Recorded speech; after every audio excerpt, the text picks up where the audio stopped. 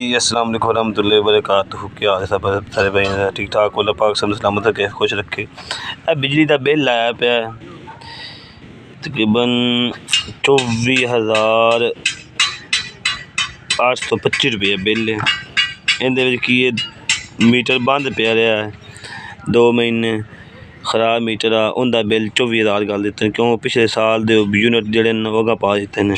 उनके हुण जनाब 3,000 रुपया एक्सट्रा पा दिता जिंदे तुसीं वेख रहे टेलीविजन नहीं चलता।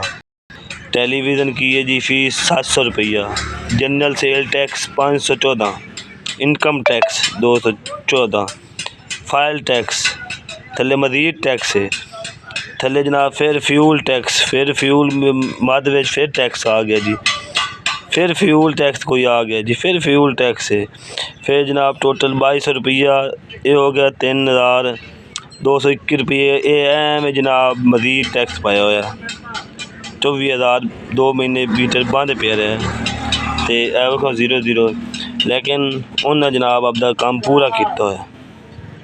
होर दुनिया जहान का कम ही कोई नहीं।